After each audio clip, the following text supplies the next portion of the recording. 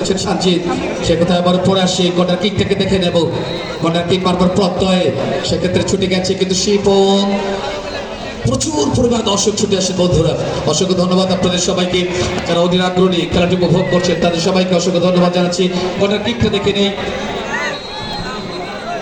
corner kick নেওয়ার জন্য ছুটে গেছে সেক্ষেত্রে শিপন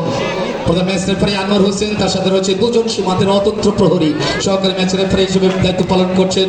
সেক্ষেত্রে অপর প্রান্তে রয়েছেন বেলাল হোসেন এবং অপর প্রান্তে রয়েছেন সাদিকুল ইসলাম এবং অফিসিয়াল চতুর্থ ম্যাচ রেফারি হিসেবে করছে সেই জায়গায় সাদিকুল অফিসিয়াল চতুর্থ ম্যাচ রেফারি এবং সাদিক এবং রয়েছে পিপলু মুস্তাফিজুর রহমান পিপলু রানী সঙ্গীত থেকে ছুটে আসা কর্নার কিক থেকে দেখে নেব কর্নার কিক মারার জন্য ছুটে গেছে কিন্তু সেক্ষেত্রে শিপন দলের প্রাণ ভবরা ঢাকা কারণ বাজারের এই সাবেক খেলোয়াড়টি শিপন ছুটে গেছে কর্নার কিক নেওয়ার জন্য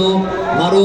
নির্দিষ্ট জায়গাটি দেখে দিচ্ছেন প্রধান ম্যাচ রেফারি সেক্ষেত্রে আনোয়ার হোসেন কর্নার কিক মারবার প্রত্যয় শিপন মেরেছিল বলটাকে দেখা যাক এবং হেড করলো বলটাকে সেক্ষেত্রে ঠাকুরগা দল দর্শক খেলার ফলাফল 1 সেকেন্ড আরো একবার ফুটবল একাডেমি সৈয়দপুর 0 সিট চিলারন 12 নম্বর ওয়ার্ড ঠাকুরগা পৌরসভা সিএফসি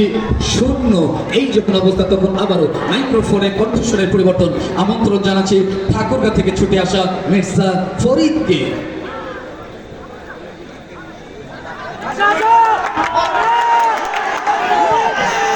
অসংখ্য ধন্যবাদ তোমাকে